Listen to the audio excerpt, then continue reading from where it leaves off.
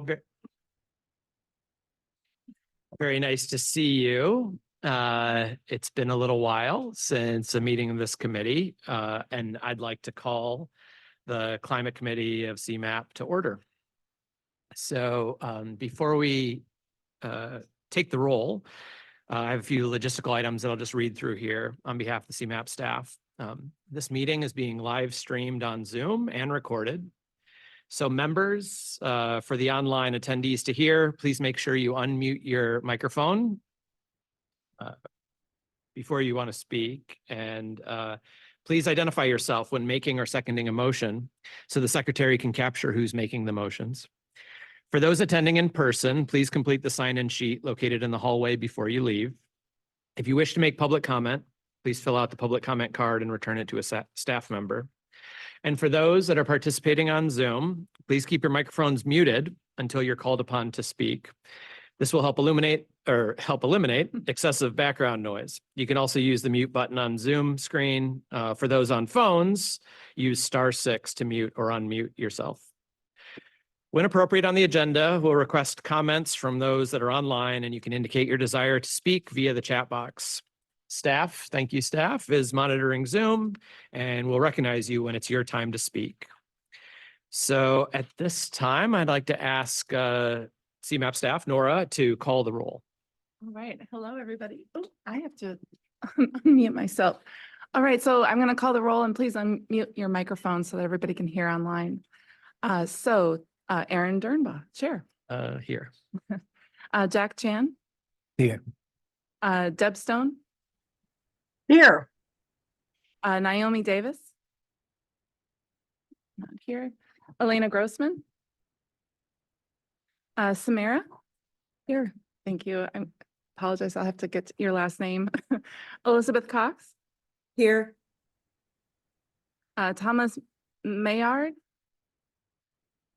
I think he's joining later. Edith Macra. Here.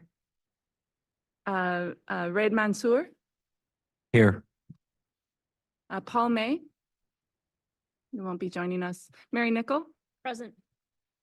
Vanessa Ruiz. Ethan Kimbrell. Here. And Matthew Santagata. Okay. Here. Thank you. All right. Well, we have quorum. Terrific. Thanks, everyone, for being here. I know it's been not the easiest thing to do to get back to in-person meetings of this committee, but we really appreciate you making the time. I know there's a lot on our agenda and so much happening in all of our work. So we appreciate your generosity of time. So we have a quorum. That's terrific. We can do the work on the agenda. So we did receive a request from both Elizabeth and Deb to participate remotely, as you heard from their participation on Zoom. And so to be in compliance with the requirements of the Illinois Open Meetings Act, we have to have a majority vote so that they can participate and vote online. So can I get a motion and a second to allow Elizabeth and Deb Stone to join remotely? So moved. That was Edith Macra with the motion. Thanks, Edith. Second. And that was Reed Mansour with the second. Thank you very much. All those in favor indicate by saying aye. Aye. Aye. Aye. All those opposed? The motion carries. Thank you. Nora, are there any agenda changes to what we received? No, there are no agenda changes.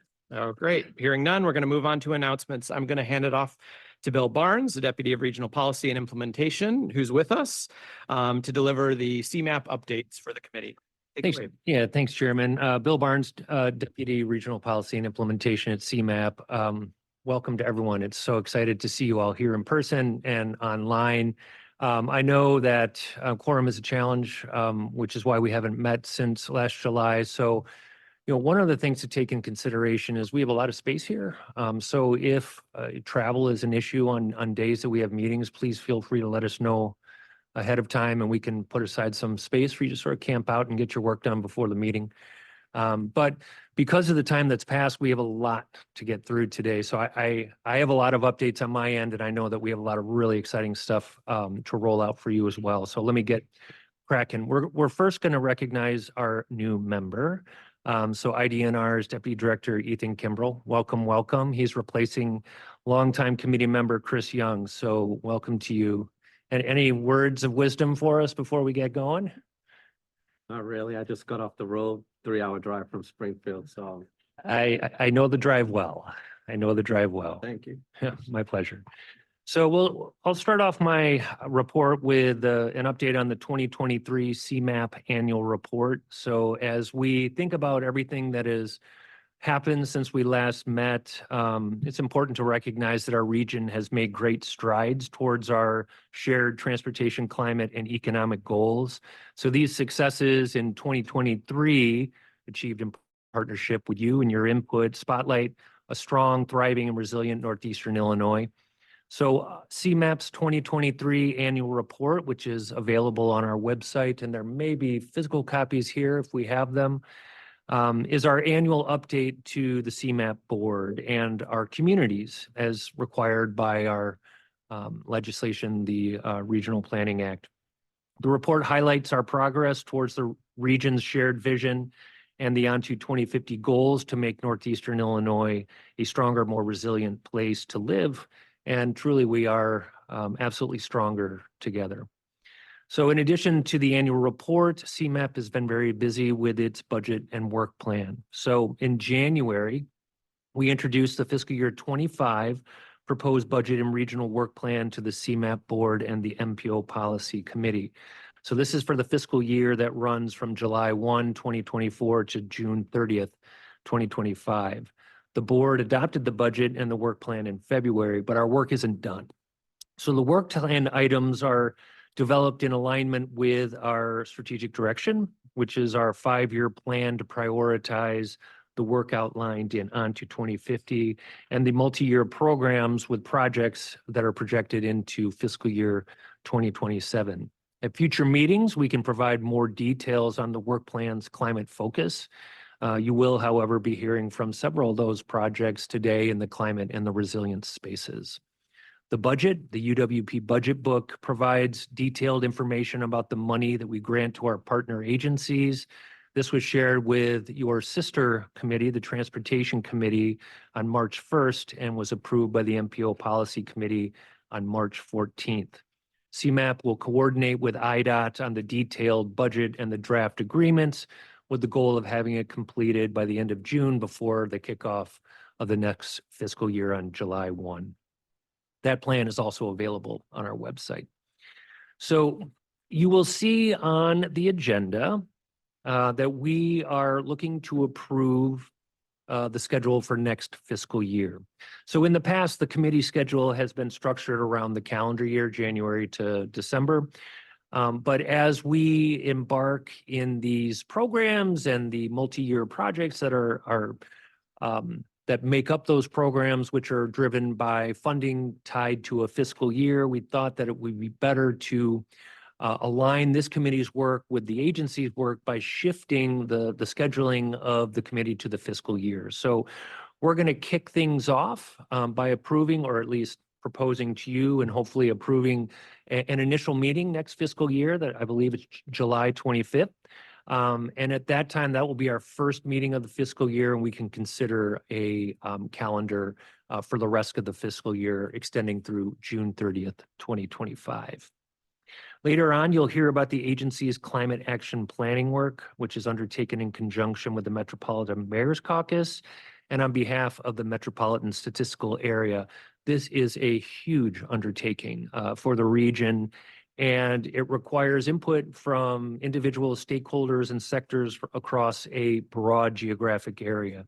CMAP is going to be very strategic in how we make outreach and educate folks who could have input into this process.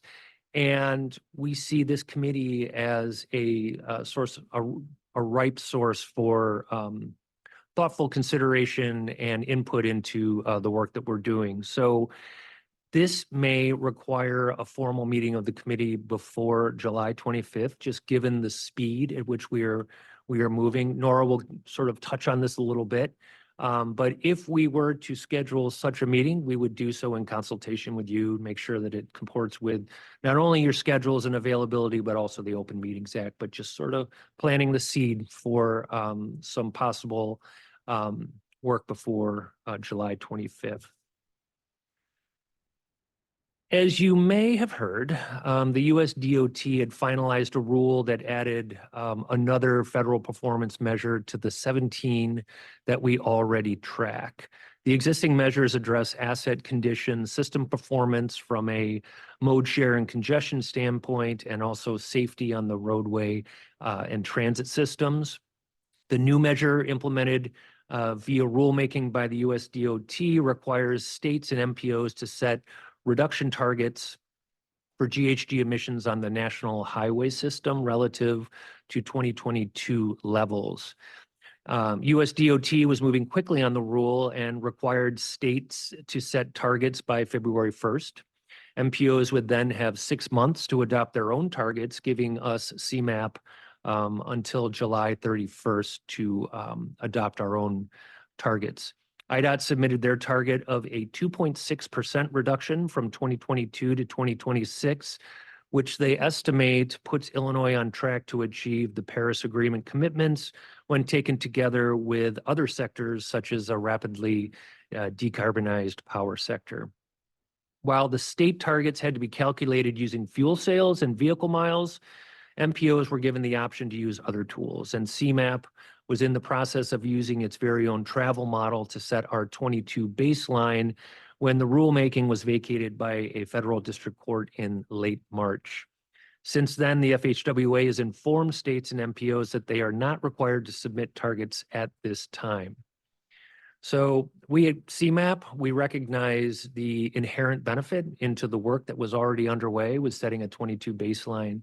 So we've committed to its completion while temporarily pausing our efforts to set GHG targets for the national highway system with the goal of reaching those targets either upon the completion of the CCAP, which Nora will be talking about, or reinstatement of the federal rule, whichever comes first. So we are still committed to those targets. We just want to do so in a more thoughtful manner, which would be allowed under the climate action planning process that will be discussed later. Climate pollution reduction grant. There was a presentation on this earlier, and this is sort of the driving force behind the region's climate action planning work between both CMAP, MMC, and our sister agencies, SEWRPAC in southeastern Wisconsin and NERC in northwestern Indiana. You'll recall that these grants provided $5 billion in planning and implementation grants aimed at the reduction of greenhouse gases, emissions, and other harmful air pollution. The first part, the phase 1, was the priority climate action plan, and it is, I'm happy to announce, complete. So congratulations to you, Ms. Macra. It was a major lift by the MMC, done in support by CMAP staff and our GHG emissions estimates and the coordinations that we did around implementation-ready priority mitigation strategies. So these strategies that were identified and fed into the PCAP were necessary because it allowed for the creation of priority projects around the region for submission for implementation dollars. So there are a number of applications on behalf of the region. CMAP itself did not participate, but rather we helped to convene and coordinate to eliminate any overlap or duplication. And again, you'll hear a little bit about that later. Something I do not believe you've heard about is the Clean Energy to Communities grant. So CMAP, in conjunction with ComEd and the Respiratory Health Association, received a Clean Energy to Communities in-depth technical assistance contract funded by the U.S. Department of Energy and managed by the National Renewable Energy Laboratory. It's a really exciting opportunity. And again, you'll hear more about this, but CMAP and its partners will receive $500,000 over the next 3 years. And the participating national labs, there are 2 of them, Argonne and Oak Ridge, they're going to receive upwards of $3 million in to support their scenario planning efforts. The program allows CMAP to use the expertise at the national laboratories to better understand the types and scale of action needed to reduce regional greenhouse gas emissions and other co-pollutants from the transportation network. With our partners, we will be able to better inform our work around regional climate action planning, establishing transportation emission reduction targets, and leveraging existing transportation investment processes to advance climate action. And it'll help us reach our climate goals. Regional clean hydrogen hubs. So late last year, as part of President Biden's Investing in America agenda, the Department of Energy announced the selection of 7 regional clean hydrogen hubs that will collectively receive $7 billion in funding to drive new advancements in hydrogen production, delivery, and deployment. CMAP was pleased to support the MACH2 initiative, which spans Illinois, Michigan, and Indiana, which is in the heart of the U.S. industrial and transportation corridor. The Midwest Hydrogen Hub was one of only 7 that was selected. So this hub is going to factor greatly into the work that we're doing as we look at the decarbonization of the various sectors that we're tasked with looking at.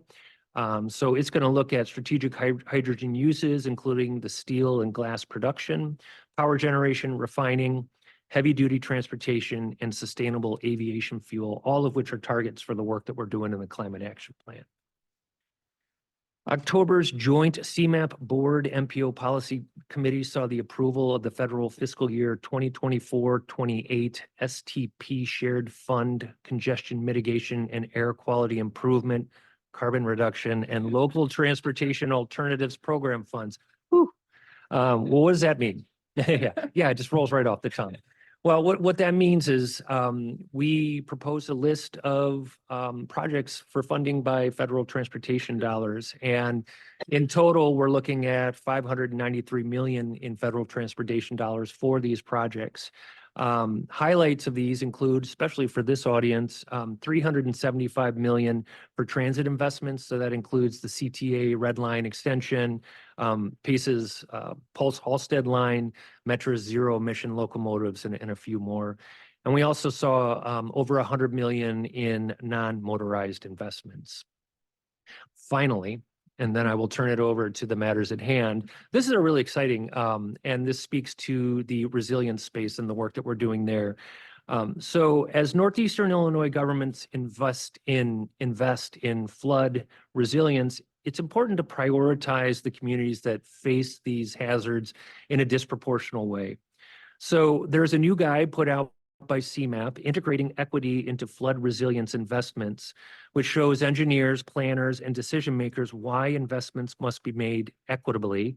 It outlines key considerations for integrating equity from planning and design to maintenance and funding, and highlights successful examples. CMAP developed this guide with support from community-based organizations that provided their expertise on public health, economic and workforce development, housing, and environmental justice, grounding this work in the needs of the communities that they represent. The guide is a fascinating read, I can attest. I've read it several times and can be found on CMAP's website. So I urge you to take a look at it. Okay, I'm not final. One final thing. So last meeting, many moons ago, we announced that Brian Daly and Jamie Jackson would be retiring from their climate committee liaison roles. So they have been replaced by some veterans and some rookies. So Jason Navoda, who is, Jason, you want to raise your hand, or did he just out? Oh, he just stepped out, wouldn't you know it? So he's my Director of Regional Policy and Implementation. He oversees our climate resilience program, and he's been involved in many of the agency's environmental initiatives dating back to 2011. Nora Beck, who is celebrating a birthday today, is another familiar face. Nora was recently promoted to Principal Policy Analyst in the Regional Policy and Implementation Division, and she oversees our Climate Action Program. You remember her from her role as coordinator of the Environmental and Natural Resources Committee from 2013 to 2019. And the newest addition to our Climate Committee All-Stars is Michael Brown. Michael, raised. Natalie dressed Michael Brown. He is our interim director of planning, who is building an equity and environmental justice program. And we'll be hearing more about that program at future meetings because of the obvious intersections between his work and ours. So thank you very much and forgive my long-windedness, and I will entertain any questions you may have. So much. That was very informative and very full. We'll open it up for any questions from members of the committee. Mary? Yes, thanks, Bill. I'm curious, you spoke about those highway goals, and I'm curious if the state has still expressed desire to stay committed to those, no matter what's happening at the federal level. So those are the performance metrics, Yeah, the the GHG. 2.6% reduction. Yeah, I think it was less than that. I Okay. think it was, give me a second, 2.6% reduction. I've heard no indication that they're going to abandon those, but frankly, we haven't spoken to them specifically on that. But if we hear otherwise, we'll definitely let you know. Any other questions related to those CMAP updates? All right, hearing none, we're going to move along to our next agenda item, which is the approval of the last minutes. A copy of the minutes from July 25th, 2023, some nearly 10 months ago, were included in the meeting packet. Were there any requested changes or any corrections to the minutes that anyone saw? Hearing none, could I get a motion and a second to approve the minutes? Motion? Mary Nickel moved to approve the minutes, and I think Jack Chan is seconding. Thank you. All those in favor? Aye. Excellent. Motion carries. There is, as Bill mentioned, there's an update to our proposed meeting schedule. It was included in the meeting packet, but we need to adopt that on behalf of the committee. So today we're just considering the proposed date for that Thursday, July 25th meeting. Anything else related to that? Other than the fact it's at 1 o'clock. 1 o'clock on Thursday, July 25th.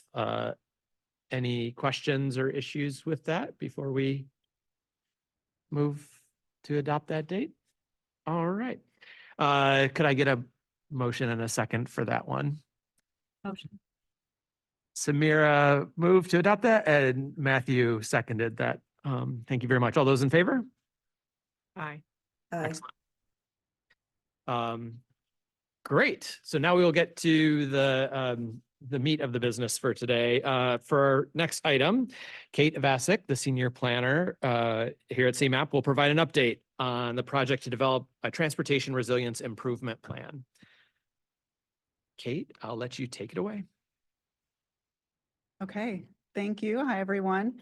So I'm back here to give an update on the Transportation Resilience Improvement Plan, or the TRIP. We've been making a lot of progress over the last several months. And just to remind everyone, and especially for newcomers too, of the project goal. And so the project goal is to identify opportunities to improve the resilience of the transportation network to extreme weather and climate change. We started this work off in February of 2023, and we expect to complete it by the end of next year. And so just to give you a sense of what the plan is covering, what do we mean by the transportation network in the context of this project, especially physical infrastructure comes to mind, right? We're talking about roads, bridges, passenger rail track, stations, bus stops, and the infrastructure there, bicycle and pedestrian infrastructure as well. But we're also looking at impacts to service operations. So in terms of transit service, ability to get around and use the infrastructure, as well as the maintenance and work that needs to take place, and then user experience. And so that, again, we're looking across modes, trying to cast a really wide net to look at anticipated impacts to drivers, to people using transit, to people walking and biking. And how will we increase resilience? Well, the planning process has 4 objectives. So first, we want to really identify and prioritize those major vulnerable transportation assets. Again, casting a wide net. When we use the term assets, we're talking about the infrastructure, the users, the service that those assets provide. Second, we want to identify and prioritize what investments are needed to build resilience and reduce climate impact. So where do we have the most risks? How can we take advantage of federal money that's available to take on these challenges? Third, we want to make sure that what we do propose in the plan can drive equitable and inclusive resilience investments that really target the need. And then last but not least, we want this work to help inform transportation planning and decision-making, and that includes CMAP's work for years to come. So what have we done so far? Our first phase of the project is really to conduct a risk assessment. And so there were 2 parts to that assessment. The first part was kind of taking a high-level view at trying to understand what hazards affect the transportation system the most, to try to tease out combinations of hazard and asset pairs for us to take a deeper dive into. So surprising no one, flooding's at the top of the list. It really impacts all infrastructure, all users, and definitely, as we all know and have seen, is a challenge. But secondly, extreme heat ranked second.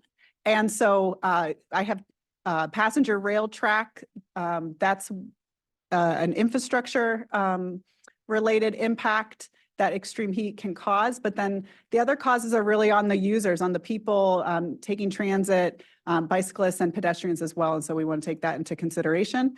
And then lastly, severe storms. Again, these have, as we know, big impacts to people getting around. It's harder to really quantify and plan around, but we certainly want to take what considerations we can to reduce the impacts of severe storms. So the second part of the risk assessment is to prioritize locations. And so to do this, we're developing risk scores for different sets of assets and hazards. So I have the example of flooding here. We're looking at developing flood risk scores for roads, for bridges and culverts, for transit assets as well, and bicycle and pedestrian infrastructure. And so just to give this flood exposure as an example, or the flood risk score, there are 3 different core components that make up that score. We have flood exposure. So what's the asset's current and future exposure to flooding? Has it flooded in the past? But importantly, what's the risk in the future? So I don't have time to get into this today, but CMAP did we're working with a consultant team, and that team built out a new flood exposure or inundation analysis for the region, which is really exciting to see. That takes into account future precipitation projections so that we can look at not just what's the risk today, but what could the risk be in the future. Secondly, we're taking equity and social vulnerability into account. So who does the asset serve and who is most impacted by disruptions to that asset? And then lastly, system criticality. So how important is the asset to the regional transportation system? Is it a critical arterial, a community lifeline, and therefore should be prioritized? And I'll just say that the circles are the same size, but we are weighting flood exposure or the exposure piece of this score the highest, since that is really the value add to this risk assessment. So just a quick look at where we're headed. We're really close to having results ready to share. So we'll be hosting a stakeholder workshop. We want to vet the results, and we also want to be forward-looking to discuss how we want to use these results for prioritization within the trip planning process, but then also to inform CMAP and hopefully other transportation agencies' long-range planning and investment decision-making.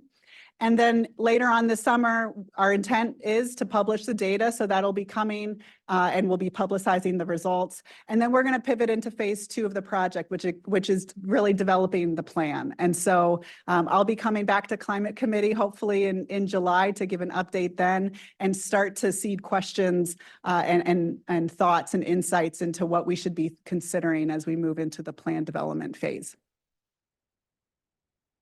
So thank you. That's my update. Thanks so much, Kate. Do any members of the committee have any questions for Kate?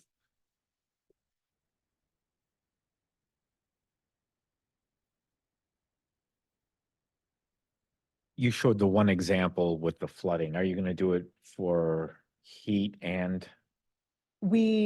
Yes, we are doing heat and extreme cold were the 2 other hazards that we decided to take a deeper dive on. We did not include extreme severe weather in that just because it's hard for us to spatialize that and quantify it in a way that would be more useful. But the heat analysis is going to be looking at heat impacts to rail track, passenger rail track, as well as heat impacts to transit riders, and taking into consideration social vulnerability when we assess that. Is that the variables are going to be discussed in that meeting that you stated? It will be, yes, yes. Is that going to be open to the? I will invite you, absolutely.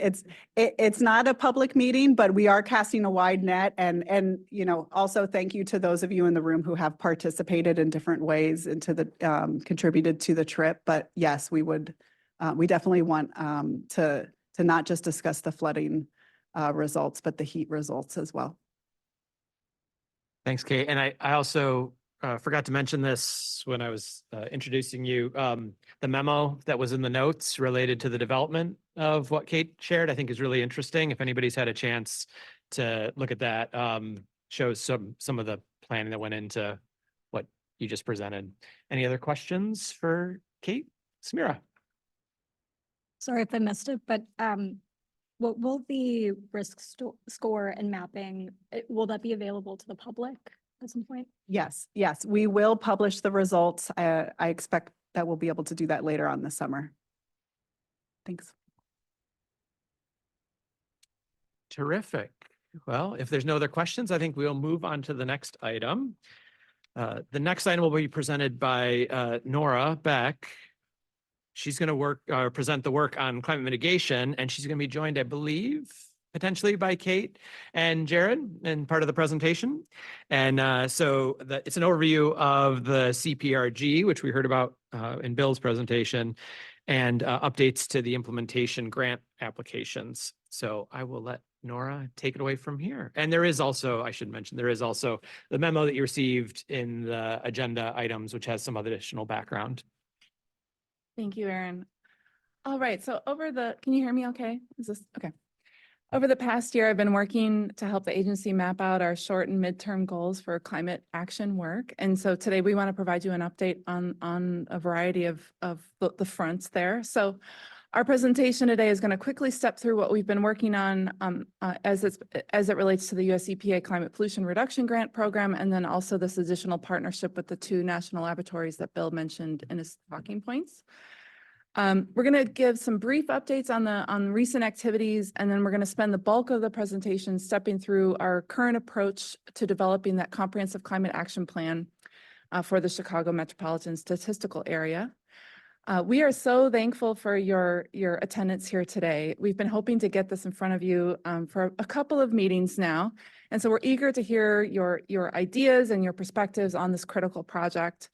In advance of the meeting, I was looking through the bylaws, making sure I understood all of that. And within that, the bylaws step through the roles and responsibilities of this committee. That includes providing that broad regional perspective, reviewing and providing input on critical projects, including helping us prioritize our efforts, and then broaden regional awareness of CMAP's work. So I think through this comprehensive climate action planning process, we are going to definitely need your participation in that way. And help you join us in that effort. To that end, we are hoping to get a rich discussion going after we set up the context and provide you with some ideas to react to. So please keep track of your questions and your ideas. And if we don't get to everything today during the discussion, please let us know and we'll follow up separately. All right, let's get into US EPA Climate Pollution Reduction Grant Program. The objectives of this federal program are to develop ambitious plans to reduce greenhouse gas emissions and fund transformative projects that have been identified in those plans. And both of those activities need to advance the goals of the Justice 40 initiative. Bill referred to this earlier. This program has $5 billion of funding through the Inflation Reduction Act. And in the first pot or phase one are these planning grants. They're non-competitive planning grants. And then the second one is that implementation pot, which is about 4.6 billion in competitive implementation grants to states and local governments that are participating in the process. So the first phase of CPRG is already underway. We can go to the next slide. This past year, US EPA provided formula grants to almost all the states and the largest metropolitan statistical areas to complete these climate action plans. The state of Illinois, Wisconsin, and Indiana all agreed to participate, which is very exciting. And in Illinois, our EPA is the lead applicant for the state-led plan. In the next slide. In the Chicago Metropolitan Statistical Area, the Metropolitan Mayor's Caucus, EDITH, responded for our region in partnership with CMAP and the Northwest Indiana Regional Planning Commission in Northwest Indiana. And there are three main planning deliverables that we need to complete through this program. So the first one has already been done. It's that Priority Climate Action Plan, and we'll talk about that in a bit. And MMC led the development of that plan. And CMAP is going to take the lead on the next two deliverables, that Comprehensive Climate Action Plan that lays out a long-term plan for hitting those national greenhouse gas emission reduction goals, and then a status report that provides an opportunity for us to track and report on our progress. So again, I'm going to spend the bulk of this, we are going to spend the bulk of the presentation on that middle one, that Comprehensive Climate Action Plan, but I want to step through just some of the activities that have been happening since we last met. So in the next slide, we can look at the Priority Climate Action Plan. So this is a plan that provides a list of near-term, high-priority, implementation-ready measures to reduce greenhouse gas pollution. It is designed to guide that competitive implementation funding portion of this federal program. And the PCAP was finalized on March 1st, 2024. Edith and the Metropolitan Mayor's Caucus team was able to complete this incredibly tight deadline given all the previous work that they've done in this space. And CMAP assisted in some specific areas that are listed here. We helped with the greenhouse gas emissions inventory. We provided Edith with some recommended updates and strategies that could be included. And then we also helped with the low income and disadvantaged community identification as defined by US EPA.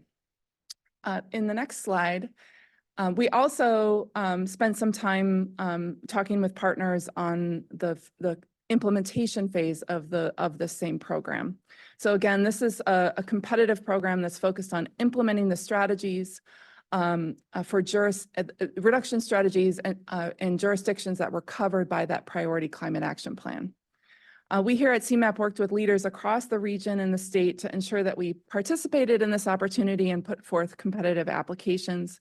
We focused on working with our county partners over the past several months to share ideas and provide a space for collaboration, and CMAP itself did not apply. Regional partners submitted proposals at a variety of different funding levels, and you can see the 5 applications that we were tracking in the region here on the slide. We saw the City of Chicago and Cook County partner up together in an application in coordination with DuPage County for a variety of different projects, including industrial decarbonization. We saw wastewater districts team up together to stop the flaring of biogas in their treatment process. And then Edith, you submitted for the Metropolitan Mayor's Caucus on a landscaping replacement program. So it's a competitive program. We're going to hear the awards will be announced in July, and the funding will start flowing in October. And they need the funds need to be spent down in a 5-year period. So hopefully, I have good news to share soon. All right, so now that we have that PCAP plan under our belt, as well as the phase 2 applications are in, and we're just waiting to hear back on that, the next project on our plate is the development of this comprehensive climate action plan, or the CCAP. So I'm now going to turn this presentation back over to Kate Avasik, who's our project manager for this plan. All right, thanks, Nora. I think 2 slides if you could advance. Okay, great. Hi, everyone. So as Nora mentioned, this work is, or I should say CMAP is working with the Metropolitan Mayor's Caucus as well as NERC on this work. CMAP is leading the work involved in developing the Comprehensive Climate Action Plan, or the CCAP. So this plan needs to identify solutions or strategies to address all of the significant sources and sinks of greenhouse gas emissions, number 1. Number 2, we need to be able to estimate GHG reductions from those strategies and then develop implementation targets that demonstrate how the region will meet the national goals of 50% reduction in emissions by 2030 and net zero by 2050. We also must quantify the co-benefits of implementing the plan, both in terms of air quality improvements and co-benefits to impacted communities. And IEPA will be creating a state CCAP, and so we expect to coordinate with them on statewide policy strategies, engagement, and plan development in general. And of course, at this point in time, we have roughly 15 months before the plan is due to US EPA in July of next year. But just to reiterate and build off of a bit of what Nora has presented so far, unlike the PCAP, the CCAP is really our opportunity to lay out the larger and longer term strategy for reaching national greenhouse gas emissions reduction goals. And while it's not connected to funding like the PCAP was, there's nothing set up as in terms of funding following the CCAP. These plans could be used to determine funding in the future. You saw on the map, almost all states and many MSAs in the country are developing similar plans. And so we want to make sure that we position the region to be able to take advantage of any future funding as well. So I want to take a moment to reflect on all of the sectors that this plan needs to address to truly be comprehensive and also to meet the goals of US EPA's program. So we will literally have to talk about everything in the plan development process, and we're going to have to work with many partners across a much larger geography to solve this crisis. Some of these partners will be very new to CMAP, and we're working outside of the region as well. And as I'm sure you're all very acutely aware, the solutions are going to be very hard, and they're going to have the potential to impact every resident, every business, every jurisdiction in the region. So we want to make sure that we drive home the message that only by working together will the region be able to identify and support the strategies best suited to reach our reduction goals. And while this work will be challenging, it also presents a critical opportunity in the region and also for CMAP. Many of the strategies that we will need to see to reduce emissions will have co-benefits like cleaning our air, making our streets safer, building communities that are healthier and more active, providing better access to job centers, cutting energy and transportation costs for residents, and more. And so a lot of these goals have really been at the core of our regional vision for a long time now, and now the climate crisis has given us added weight and urgency to implement them. So as we start to research these sectors, we're digging into the GHG inventory that was developed for the 14 counties of the Chicago MSA as part of the Priority Climate Action Plan. And so we want to share a little bit about what we learned from the development of this inventory, since it's a critical first step in climate action planning. As you know, CMAP's been developing greenhouse gas inventories over the past 15 years, and they've really been instrumental to help us inform decision making. But this inventory is a little bit different from the ones in the past. So, of course, it's for the Chicago MSA, so we're talking about a larger area. And so to that end, we needed to rely on national data and tools because well, on the one hand, those tools have advanced since the last time we created a greenhouse gas inventory, but we also needed to kind of reconcile some of the constraints that we were up against on our end to pull local data together for such a large geography. And then second, it's based on county level data, which wasn't the case in the past. And it incorporates a few more sectors, industry being one of the most significant changes and contributions to this one. And so I'm going to step through it. There's a lot to unpack. And so as I step through it, just kind of note in the back of your head if you have any questions or areas where you would like to see us dig into the data more, so you can bring that up. Okay, so in 2020, the 14 counties in the Chicago MSA produced approximately 160 million metric tons of carbon dioxide equivalent. 160 is our goal. And for me, quite frankly, that number is really hard to comprehend. You know, some of you have done assessments of your systems or your jurisdictions, and maybe you can help us put that number into perspective. But the inventory reveals that we have one prominent emissions sector, that being buildings, which comprises nearly 42% of our total emissions. Then we have industrial and transportation sector emissions, which together make up over 50% of total emissions. And Bill, I think you touched on this, given the important role that our region plays as a national transportation and manufacturing hub, it's really easy to see how these economic drivers produce significant greenhouse gas emissions and make our region a major contributor to the national GHG output as a whole. So now I'm going to step through looking at the building sector. So again, this is the largest source of emissions for our MSA, and this is likely due to the region's northern climate, leading to significant heating and cooling needs. Digging into the inventory, we can see how the emissions break down by building type. So commercial and residential, we have broken out here, and by energy source, by electricity and natural gas. And one interesting finding that you can see here is that the commercial building subsector generates more emissions from electricity sources, whereas the residential building subsector generates more emissions from the natural gas subsector. Moving on to industrial emissions. Industrial emissions from industrial processes and electricity and natural gas use accounts for nearly 29% of the MSA's total emissions. So for the industry sector, nearly half of the emissions are generated by industrial processing activities. And within the industrial processing activities, 81% of those emissions are a result of iron and steel production. Definitely this changed dramatically with the incorporation of Northwest Indiana. We also, of course, have some production in Cook County as well.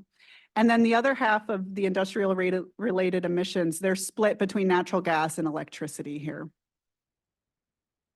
Looking at the transportation sector next, on-road transportation is the largest source of transportation emissions, and it's the single largest subsector overall.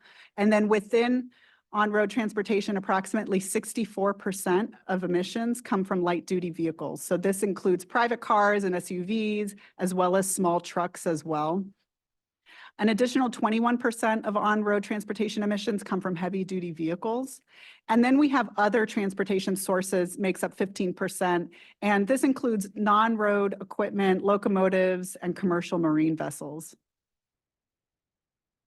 Then we have this other category. This other sector category in the inventory, it makes up a little over 6% of total emissions for the MSA. Within this, 81% of those emissions are from energy generating facilities that we can't directly attribute to consumers given the data and the tools available to us. So they're kind of hanging out here right now. And also in this category, we have waste, agriculture, and wastewater. And so these are sectors that, as I noted, are sectors that need to be included in the CCAP. But I do want to call out, these make up a small fraction of emissions. And so as we go into the research and next slide, please, and dig into how we're going to decarbonize these sectors, we need to use the inventory as our guide to really make sure that we're taking, that we're unpacking and really digging into the sectors that are really creating the biggest chunk of that pie. So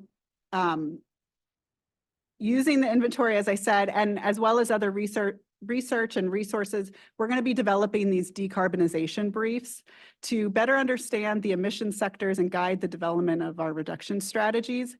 These briefs, we're seeing them as interim products that really can help guide our discussions with stakeholders and also document our findings from those discussions as well as our research. We also expect to repackage the briefs as more digestible articles that we can distribute through CMAP's climate newsletter and relying on partner networks as well.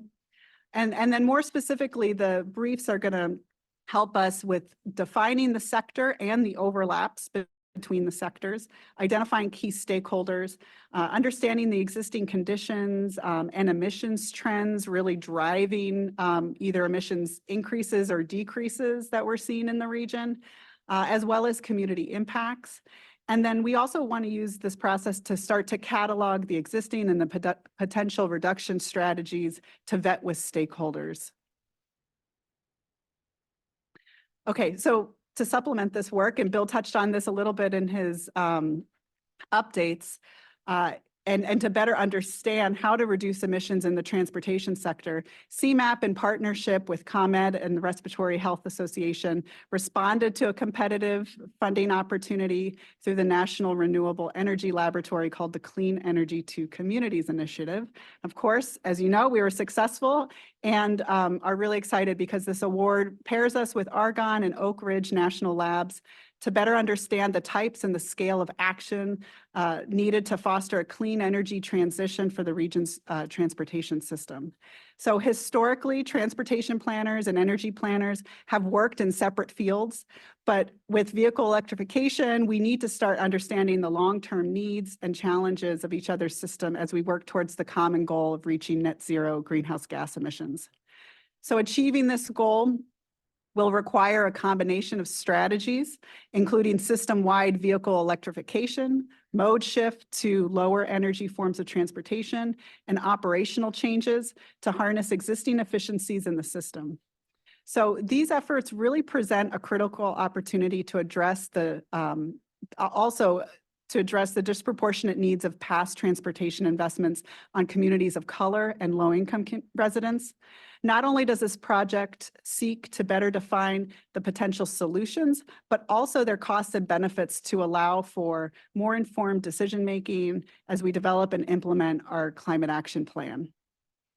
All that to say, in the coming years, we're going to be tackling some really big questions, and it's really wonderful to have Argonne and Oak Ridge at our side, isn't it? So one more, if you could go back one more slide, thanks. One more aspect of the CCAP that I wanted to cover is how we're focusing our attention on communities that are impacted by the climate crisis and the change necessary for us to transition away from fossil fuels. And so the CPRG program is covered under the Justice 40 initiative, which aims to deliver 40% of the benefits of certain federal programs to disadvantaged communities. To meet the objectives of Justice 40, through the CPRG, the US EPA and the PCAP required us to identify low-income and disadvantaged communities in the Chicago MSA. That's what you see here shown in pink on this map. We did this at the time through the PCAP process based on the recommended guidance from US EPA to incorporate the geographies that are flagged as disadvantaged in the CJIS, the Climate and Economic Justice Screening Tool, as well as EPA's EJ Screen Tool. And within the CCAP, what we're going to do is we'll be using this geography when estimating co-benefits of plan implementation to impacted communities. And we're also using it to inform our engagement efforts, really target our engagement efforts, I should say, and policy development as well. So as part of our early work on the CCAP, we're in the process of revisiting this map to better understand the driving factors behind why these geographies are identified, as disadvantaged in those federal tools. We want to identify where the burdens are most significant. Do a comparison too against the other tools that exist, and including the City of Chicago's cumulative impact assessment. And then see if we can identify some patterns in the region that could be informative for our work. Okay, so to recap, I mean, this is our project timeline. We have a lot to cover, and we don't have a lot of time to do this. The plan is due to US EPA by July 28th of next year.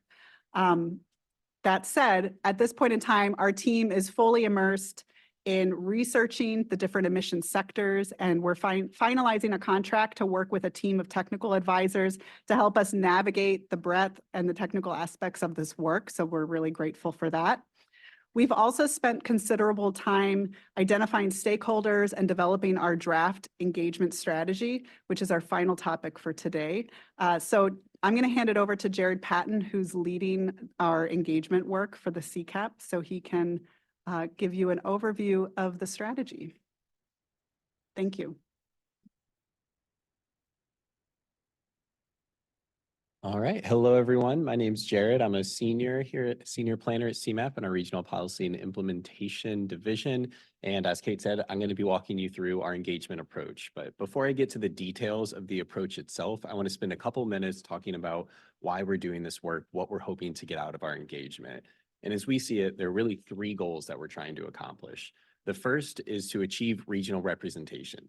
Kate already spoke to this a little bit, but we really recognize that the planning area for this project is massive. 14 counties, almost 10 million people, with a scope that includes everything from industry to agriculture, many things that are outside of CMAP's traditional wheelhouse.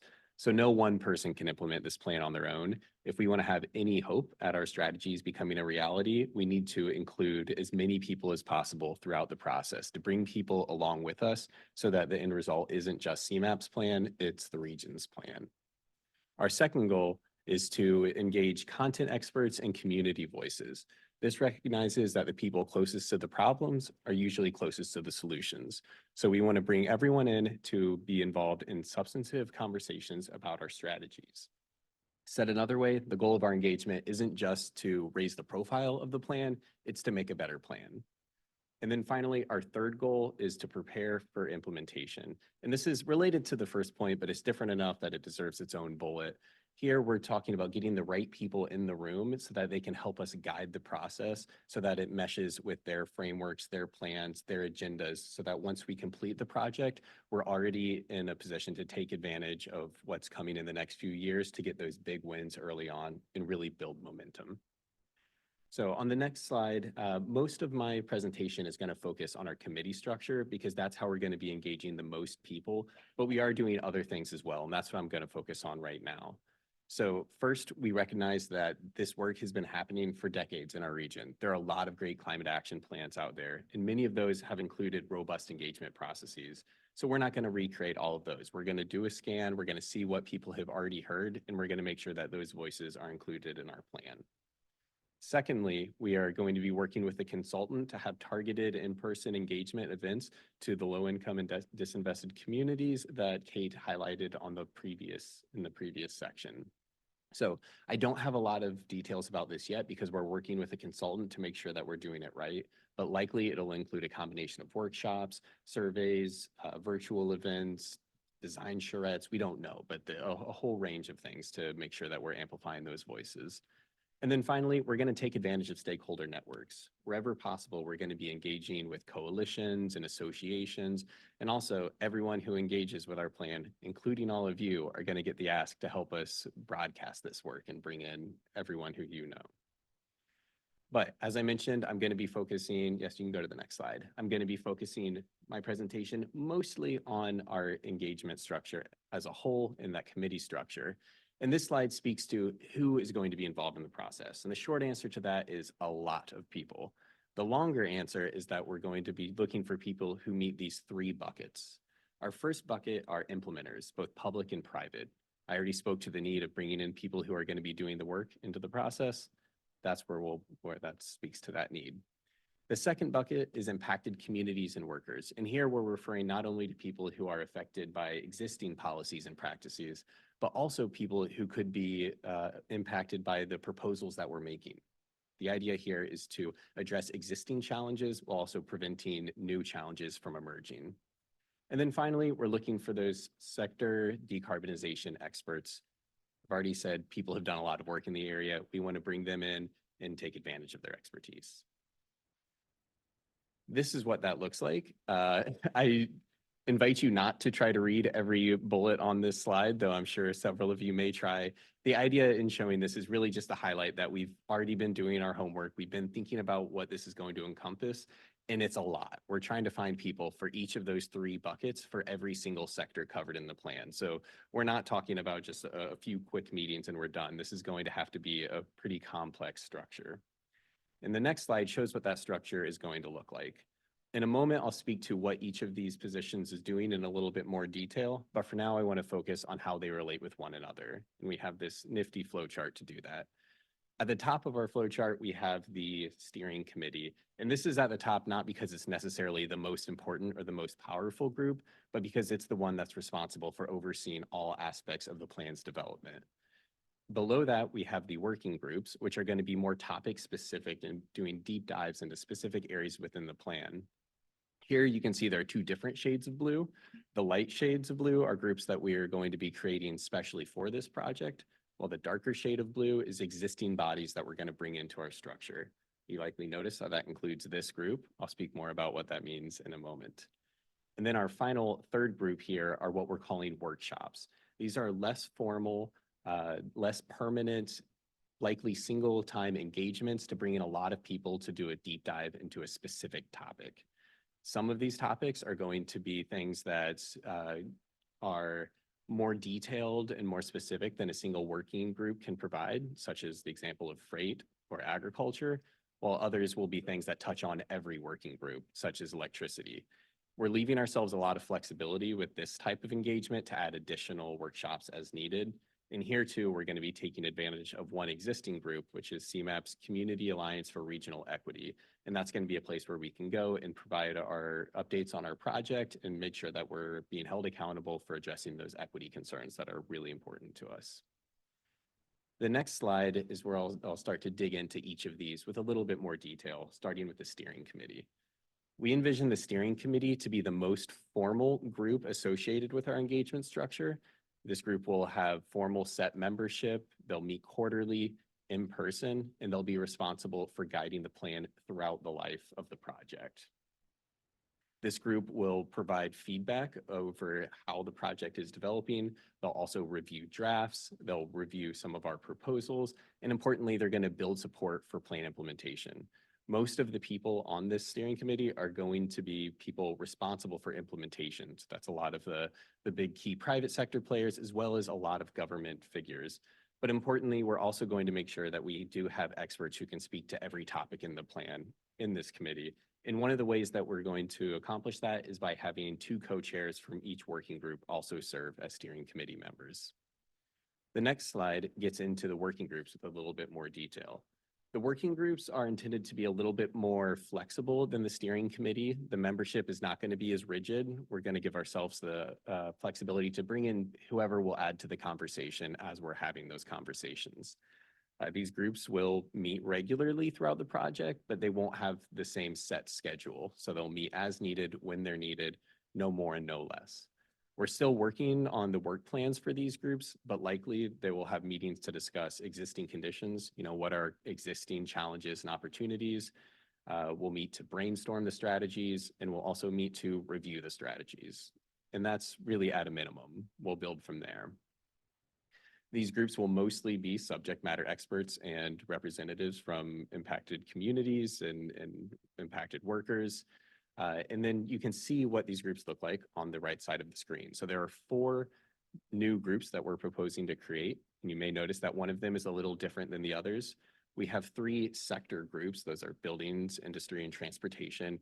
And we also have what we're calling a community working group. That's really the group that we hope to do most of the work on equity, making sure that we're really achieving our equity goals.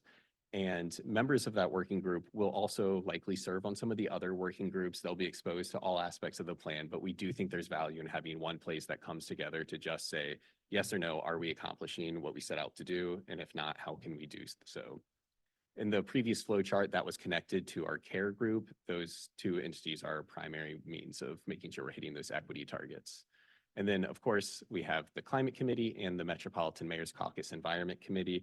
I'll speak more about the Climate Committee on the next slide, but for now, I just want to note that we are going to really be taking advantage of the Mayor's Caucus's resources to reach those municipal partners who are so important.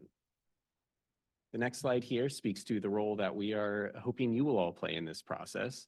This group has a tremendous amount of expertise in climate topics. You're also uniquely positioned to be able to weigh in on CMAP's ability to implement these things, to integrate this work into CMAP's ongoing work plan, and we want to take advantage of that.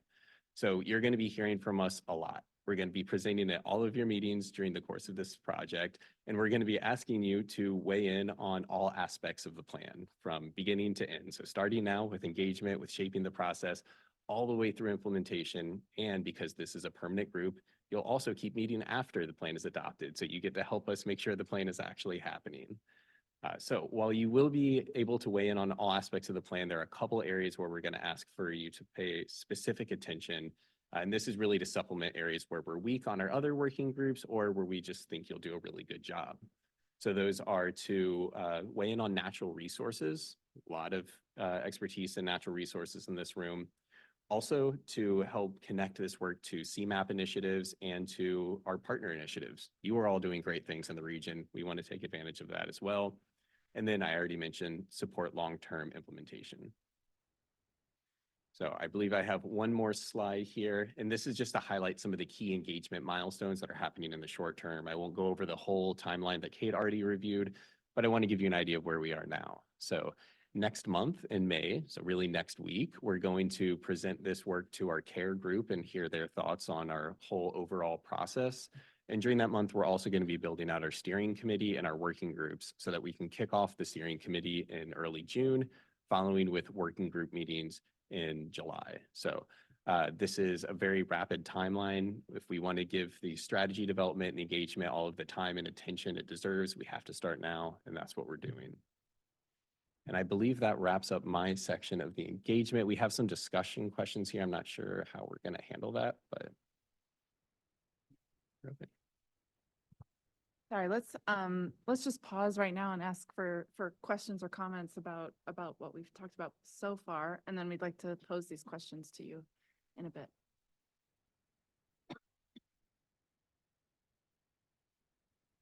This is Edith Macron. I just want to say an attaboy girl CMAP. The PCAP, the CCAP processes are getting rolled out so very, very quickly with guidance at a level, at the national level. And it is very apparent from looking at what the other states and regions are doing that CCAP is kind of crushing it in terms of the organization. So I look at that pretty dot map that you have of all those parties that are engaged and the thoughtfulness that we're seeing. Most of the rest of the CPRG partners are still in CPRG hangover, and nobody's really focused on the CCAP the way that CMAP is. So just a great job there. Thanks for the presentation. Something that I've been thinking about in the context of the work that CDOT does is to what extent we're really thinking about the impact of just business as usual. So everything from the type of materials we're using to fill potholes to, the impacts of redesigning North DuSable Lakeshore Drive and all of those elements. So I'm curious to what extent this plan hopes to get into some of those pieces. Yeah, so as far as the business as usual, the waste sector, I don't know if we had materials management on the slide or not. It is waste and materials management. And so we do have to grapple with what does reconstruction of what we have today, how does that really contribute? Specifically as it relates to the greenhouse gas scenarios. We will be charting a business as usual scenario and then, of course, charting a path with the plan implementation. And so hopefully that provides us with, of course, a very big picture view. And I think that we're going to break that down by sectors, some sectors as well. But yeah, it's a source of tension, I would say, or just a constant questioning within the group. What's within our control? What's within our realm of influence within the region, as opposed to really relying on the state of change that's really going to be happening at a much, much larger scale to influence materials used and some of that stuff. But I think that we will ultimately get at some of the policy and design recommendations that will really be needed to change that business as usual case. And as I think Nora has said many times, it's like, we're going to have to look at absolutely everything. So I think at this point, nothing is really off the table. But once we start to figure out what our methodology is for actually doing all of this quantification work, once we can quantify the strategies at the MSA scale, I think we'll have a much better sense of where we really need to focus our efforts and what's absolutely going to have to change to allow us to meet the net zero goal. Mary, I also wanted to add that just remember the context of Bill's presentation about that greenhouse gas emission performance metric that may be required of us in the near future. So through the CCAP, we have to develop that plan implementation scenario, which should inform our reduction targets. And we can select to create reduction targets by subsector. So this could be a space where we start to look at, where are the transportation reduction targets and use that information to inform that performance measure. And then from there, we need to develop a strategy of, how are we going to meet those goals? And the timing is good, right? I mean, the timing is short, but we will have to have this work in advance of the development of the next long-range transportation plan. So we're hoping that the information and the policies that we develop here can inform an investment strategy for that plan that helps us reach our climate goals.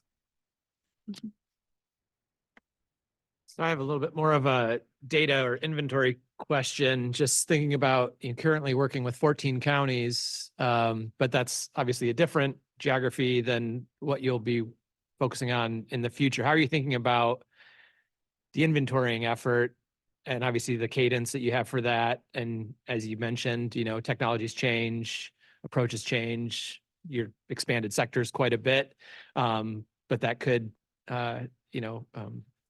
whatever, constrict in the future. How are you thinking about that ongoing sort of inventorying towards CMAP's authority and responsibility? Yes, that's a great question. And I'll refer back to the exciting prospect that our consultants will be joining our team soon. So we have to keep that in the back of our mind. We need to keep the format of the plan organized in a way that allows us to move from this 14 county to the 7 counties for CMAP jurisdiction. So one of the critical questions that we're going to be asking up front in the design of the methodology for quantifying the reductions is how can we break this back out in a meaningful geography of the jurisdictions that are involved in the planning process. So our core objective is going to make sure that we can parse out, what is the CMAP 7 county portion of this overall reduction, and how can we use that to set our own goals? Did that answer all of your question, Aaron? I think so. I think anybody who's been involved with greenhouse accounting and inventorying work knows that scope changes and technologies improve, and it's something you can't necessarily plan for, but sounds like you're at least thinking from the geography perspective and sector perspective on how to address it. Yeah, I think that part could potentially be more in our control than the technological changes that we'll have to adapt and go with the flow on a bit. And then I kind of have a follow-up question to that, which you sort of touched on there, but I guess I'll ask it directly. Do you anticipate this work and this opportunity will actually change the work that CMAP does going forward? Whether that's new programs, new levels of assistance, legislative changes? I know that's something we've talked about in the past, especially in relation to this committee and it being somewhat of a new Mhm. effort of focus for CMAP relative to the long history. How are you thinking? And maybe it's too early, everything's on the table, but yeah. Oh, I didn't mean to interrupt you. I just wanted to tee myself up to answer. So, I mean, all great questions. And as I think everyone familiar with this agency knows, we're funded primarily with transportation dollars. So we have to, have this nexus to transportation.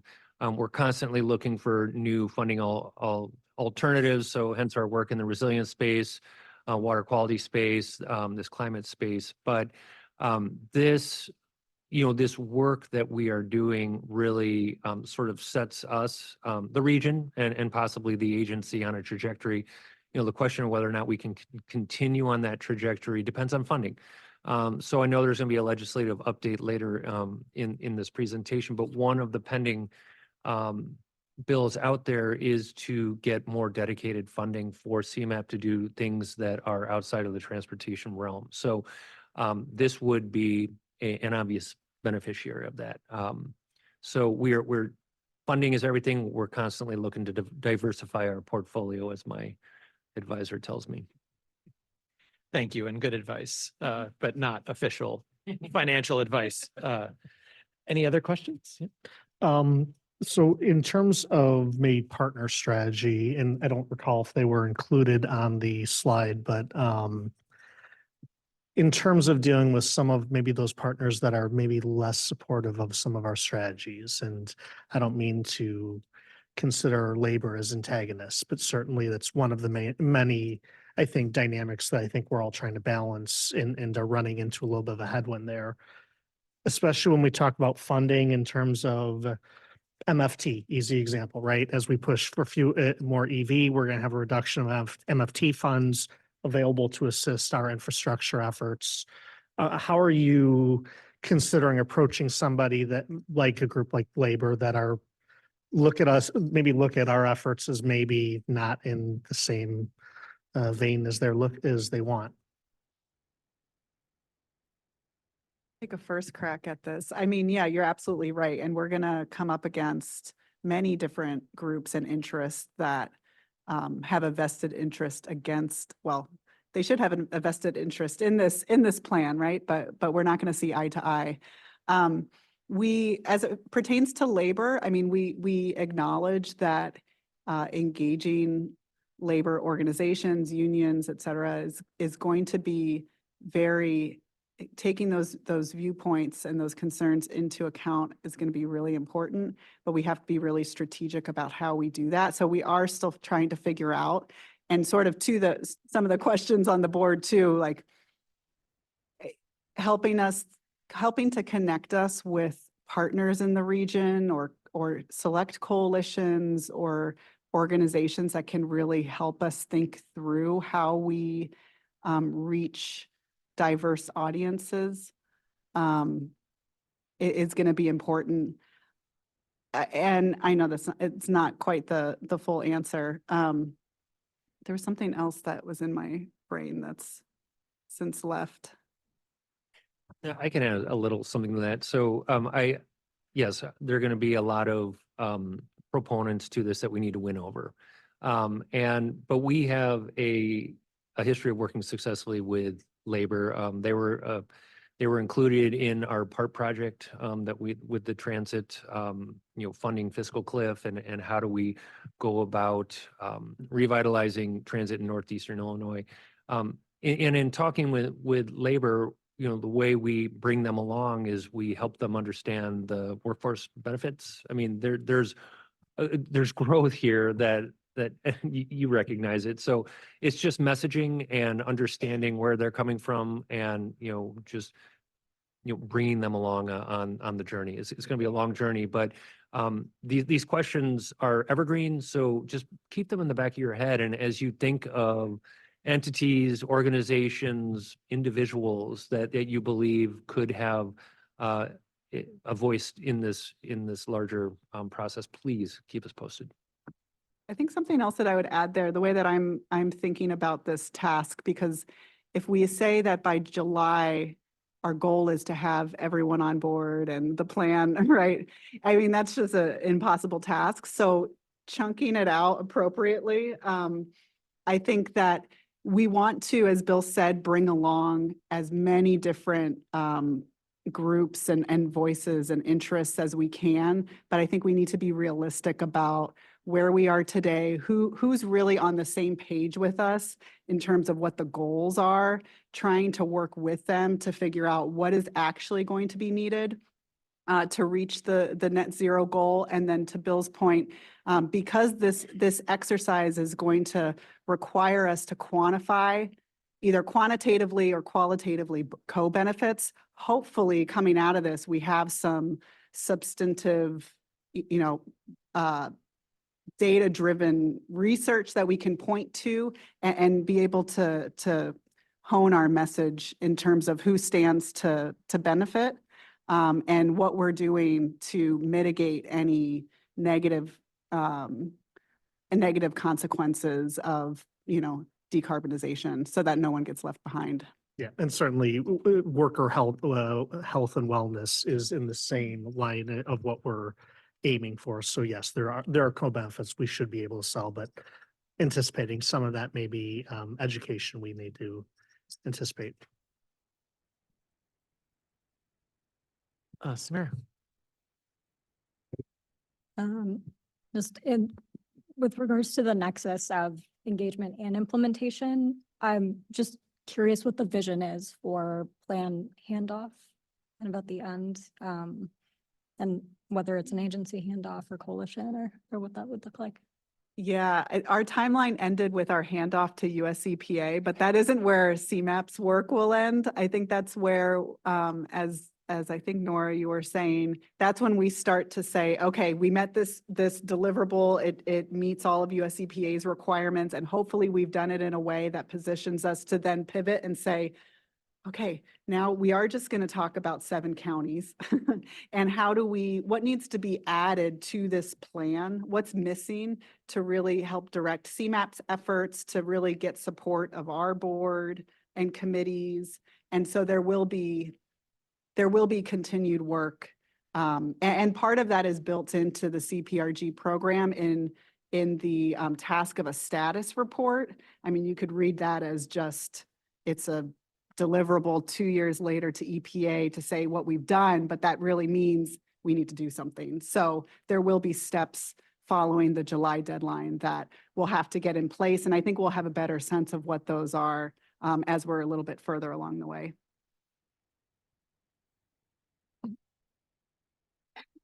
Thanks. I am curious what the funding outlook looks like for implementation on this. I know hopefully one or more of the proposals from the region of CPRG gets approved, and hopefully this we get some funding for our transit system and all of those things, coalesce. So we have a nice chunk of change to implement many of what you'll come up with in this plan. But I'm curious, I don't know if there's been, to what extent EPA or any of other federal partners have indicated that this plan will lead to implementation dollars. They have not indicated that. That's a speculation on our part. And I think a lot remains to be seen on what happens after the Inflation Reduction Act and what the federal government takes on in the coming years post-election. Well, I know we could keep going on these topics because that was a lot of presentation and you've been working on a lot. And of course, we haven't met as often as we'd like. So, but I'm mindful of time and our agenda. And even though we don't have much more on the agenda, I also want to keep us all on schedule for all the rest of the things because we're all working on these same topics, on these same fronts. outside of this meeting. So I don't know if there were any questions from the committee members who had joined us by Zoom. But if none, I will move on to item 6, which is, do any committee members have any project updates or news about the work they want to share? Is that or is there the legislative? Yes. Sorry, our roles are, we're missing the legislative. Ah, portion. sorry. My apologies. We have item 5, .03, legislative update. Sorry, I was just reading my script a little too closely there. So I will turn it over to Kasha for an update on the legislative agenda. Great, thank you so much, Chair. My name is Kasha Hart. I'm with our Intergovernmental Affairs Committee, Intergovernmental Affairs team here at CMAP. So this week is a little bit of a breather for the IGA team as the General Assembly is not in session this week. Starting next week, it's going to be full steam ahead to the end of May, so that we have an FY25 budget, and then, bills are going to continue to advance through the legislative process. Today, we just wanted to provide you all with a brief update on some of the key bills that we've been following and some of the bills that we've been working on. So first is the Regional Planning Act Appropriations Bill. The objective of this bill is the same as it was last year when we discussed this bill with you, to appropriate $5 million in funding to CMAP so that we are better able to carry out the broader regional planning objectives that are set forth for us in our enabling statute, the Regional Planning Act. So Bill already got into this a little bit, but our funding primarily comes from USDOT, which limits much of the work that we do to primarily focus on the transportation sector. So to do our non-transportation related work, like some of our climate work, we often need to seek external funding from state and federal grants, philanthropic resources, and the like. We're gonna, we plan to continue to do this, but a state appropriation would further help us advance and invest in those programs and those projects that are either not transportation related or maybe indirectly transportation related. So these bills are both still within their respective committees, and we've been working to get subject matter hearings scheduled soon. The ultimate goal of these, though, is not necessarily to advance these bills on their own, but instead incorporate them into the FY25 budget. Next bill that I want to draw to your attention is our RPA modernization bill. This is going to make some updates again to our enabling statute. So the primary change would be allowing for some flexibility for the CMAP board to make decisions with a simple majority of board members when it comes to a limited number of operational items. So currently, concurrence of 4/5 of board members in office is required for the board to take any action on any item. Instead, this bill proposes allowing for a simple majority of board members in office to take action on 4 specific items. So that would be approval of meeting minutes, grants, purchase agreements, and contracts, except contracts that pertain to the employment of the executive director. One other change that I will highlight for this committee is that this bill does eliminate the requirement that CMAP establish a wastewater committee. That committee has not convened for nearly 10 years, and CMAP is able to advise stakeholders on these matters, in part in our capacity as the state designated area-wide water quality management planning agency. So in terms of a status update on both of these bills, they have advanced through their respective chambers. So the House bill has passed the House floor, the Senate bill has passed the Senate floor. So now they're both in their opposite chambers, continuing to progress through the legislative process. Just one other kind of general legislative update I'll provide for you all. There has been some conversation happening kind of, in fits and starts, as is often the case, about some changes to the OMA statute that would grant public bodies greater flexibility to meet remotely. IML has been championing a bill that would provide, that kind of flexibility in certain limited circumstances. And we've had some conversations with them about potentially incorporating some language that would allow the CMAP board and its committees to have some greater flexibility to meet remotely. I will say in our most recent conversations, it does seem that those conversations have sort of slowed down within the General Assembly. So we're hoping to kind of continue that dialogue, and we'll see if that conversation picks up a little bit more in earnest, perhaps next session. I know included in your committee packet are some additional bills that will be of interest. I know in the interest of time, I'm not going to step through each one of these individually, but if folks do have questions about anything, any of those bills or any of the ones that I've highlighted, I am happy to take them. Thanks so much, Kasha. The memo that was attached with the agenda was really informative and Thanks for bringing all those bills to our attention. Does anybody have any questions? Okay, thank you very much. So we'll move to item 6, which is committee member project updates. Does anybody have any updates they'd like to share? I don't know if were shared in advance, but all right, hearing none. Oh, Just real quick, the city of Waukegan was proud to be one of 24 national communities that were part of the inaugural America Freshwater Challenge announcement that the White House made. The state of Illinois did also sign up. The state of Illinois was one of 7 inaugural states, and then additionally Great Lakes, St. Lawrence cities, which some of you may have worked with, also part of that. So very excited about that effort. congratulations. Any other updates? Moving on, was there any other, to item 7, was there any other new business to come before the committee? No. Okay, well, the next item on the agenda is public comment. We will first take public comment from anyone who's here in attendance in person.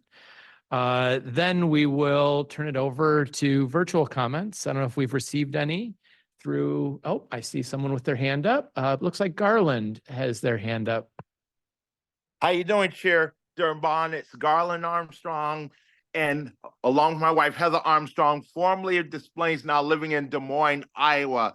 I just want to give kudos to y'all to making sure that the ADA community will understand climate change, especially in the water, fresh drinking water, because they need good fresh drinking water, because sometimes in different poor communities where the disability community is, they sometimes don't have enough fresh drinking water, and sometimes it gets mold and rotting and other things too. But I hope the disability community for the understanding about the climate changes, and because they certainly need some good fresh quality water to live life to the fullest.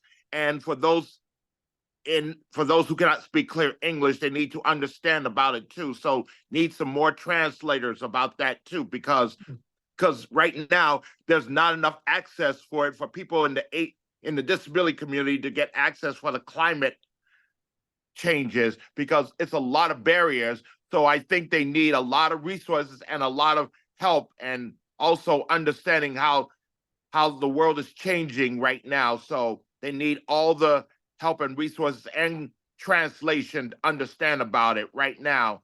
So that's all I have to say. And my wife, Heather, want to say something for public comment. Hold on. Plug this in. Hi, I'm Heather Armstrong. Hi, Heather. And about like the flooding, sounds like you guys need to get new sewers. Yes. Thank you. And like redo a lot of these sewers and get non-leaded pipes.